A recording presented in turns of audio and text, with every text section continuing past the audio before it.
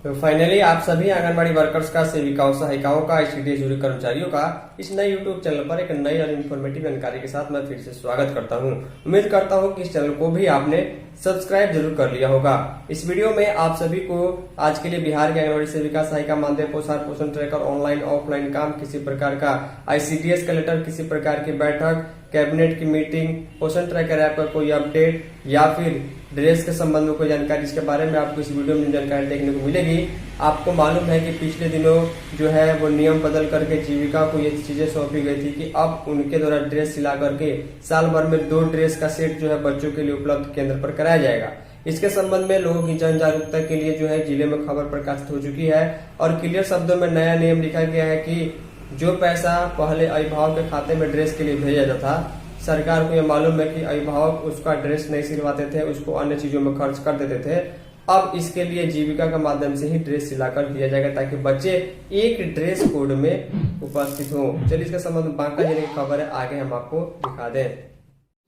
देखिए, पिछले दिनों जो समझौता आईसीडीएस विभाग और जीविका के बीच यानी ग्रामीण विकास विभाग के अंतर्गत जो एमओयू मेमोरेंडम ऑफ अंडरस्टैंडिंग हुआ था, उसके लिए अभिभावकों के लिए और जनहित के लिए जो है सूचनाएं निकल के सामने आ रही हैं। सीधे इस खबर में लिखा गया है कि अब तक जो पैसा कैश के माध्यम से सेविका द्वारा सेंटर पर अभिभावक को या फिर उनके घर वाले को, बच्चे के माता पिता को दिया जाता था 400 रुपये, वो अब नहीं दिया जाएगा। या फिर ऑनलाइन जो पैसा जो है डीबीटी के माध्यम से ड्रेस के लिए ट्रांसफ़र किया जाता है वो अब नहीं किया जाएगा। उसका कारण भी लिखा गया है कि अभिभावक या बच्चे के माता पिता उस पैसे का यूज किसी अन्य चीज़ में खर्च करने में कर देते थे। देखिए, शीर्षक है कि अब जिले के आंगनबाड़ी केंद्रों को बच्चों को पोशाक मिलेगी। बांका जिले की खबर है, पूरे बिहार में ये स्थिति रहेगी कि अब आंगनबाड़ी केंद्र के बच्चे भी एक ड्रेस कोड में नजर आएंगे। इसके लिए आंगनबाड़ी केंद्र के बच्चों को पोशाक दी जाएगी। इसके पहले आंगनबाड़ी केंद्र के बच्चों के लिए पोशाक की राशि अभिभावकों को दे दी जाती थी, लेकिन केंद्र पर बच्चे ड्रेस में नहीं दिखते थे।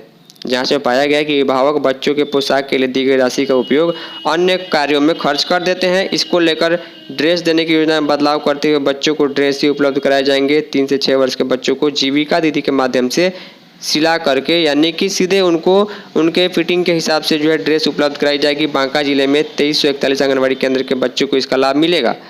लिखा गया है कि पोशाक सीधे दिए जाएंगे और सिली हुई पोशाक जीविका दीदी बनाएंगी।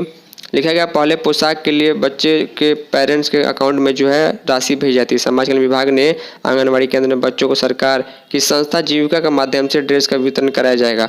विभाग द्वारा पोशाक वितरण करने की तैयारी पूरी होगी। हर बच्चों को 1 साल में 2 सेट पोशाक दी जाएगी, यानी गर्मी के लिए और ठंडी के लिए, ताकि सभी बच्चे एक जैसे दिखाई दें। अब देखिए, बांका जिले की जो डीपीओ उनका नाम रेणु कुमारी है, कहती हैं कि जिले के सभी आंगनबाड़ी केंद्रों में नामांकित बच्चों को ड्रेस दी जाएगी। इसके लिए जीविका के माध्यम से तैयार ड्रेस आंगनबाड़ी केंद्र के बच्चों को दी जाएगी। पहल शुरू कर दी गई है और इसके लिए सभी बच्चे एक समान ड्रेस कोड में नजर आएंगे। तो समानता होगी, जैसे कि प्राइवेट स्कूल्स में होता है कि चाहे कोई अमीर हो गरीब हो, लेकिन ड्रेस कोड में सबको समानता आती है। तो ये सारी चीज़ें जल्दी उपलब्ध कराई जाएंगी। लोगों की सूचनाओं के लिए खबर प्रकाशित की गई है। तो बिहार के लिए आज की छोटी सी खबर थी। इस वीडियो में इतना ही। तब तक के लिए धन्यवाद।